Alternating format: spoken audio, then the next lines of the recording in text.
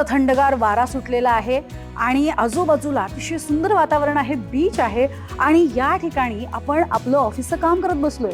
हे आता सहज शक्य आहे आणि तेही गोवा सरकारच्या मान्यतेनुसार. गोवा सरकारनं आता वर्क फ्रॉम बीच ही संकल्पना समोर आणली आणि त्यामुळे तुम्ही आता गोव्यातल्या कुठल्याही बीचवरती बसून तुमचं ऑफिसमधलं कामही करू शकणार आहात, पर्यटनही करू शकणार आहात आणि अर्थातच वेकेशनचा सुद्धा आनंद घेऊ शकणार आहात. नेमकी काय ही योजना आहे आज जाणून घेणार आहोत या रीलमधून. गोवा सरकारनं वर्क फ्रॉम बीच किंवा वर्केशन ही अशी संकल्पना आणली आहे ज्यामध्ये लोक ऑफिसचं काम करत असताना समुद्र किनाऱ्याजवळ राहू शकतील आणि कामासोबत पर्यटनाचा सुद्धा आनंद घेऊ शकतील. म्हणजे सकाळी किंवा दिवसभर लॅपटॉपवरती काम, मोकळ्या वेळेमध्ये बीच, कॅफे, सर्फिंग आणि पर्यटन सुद्धा.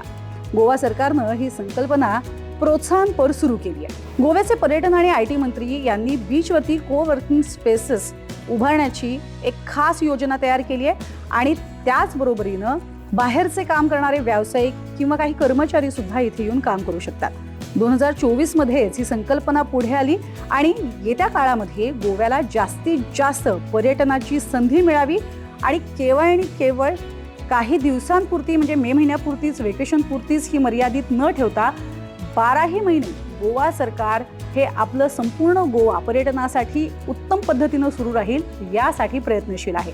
गोवा सरकारनं वर्क फ्रॉम बीच वर्केशन ही संकल्पना सुरू केली आणि तिला पाठिंबा दिला.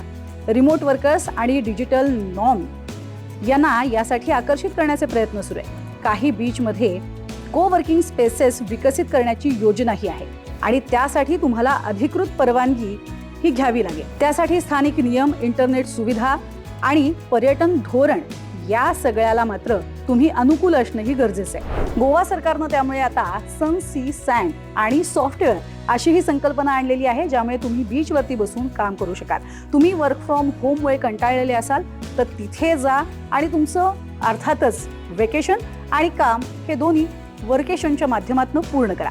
तुम्हाला आमचे हे रील्स कसे वाटतात हे आम्हाला कळवायला विसरू नका आणि हो, आम्हाला लाईक, शेअर, सबस्क्राईब करायलाही विसरू नका.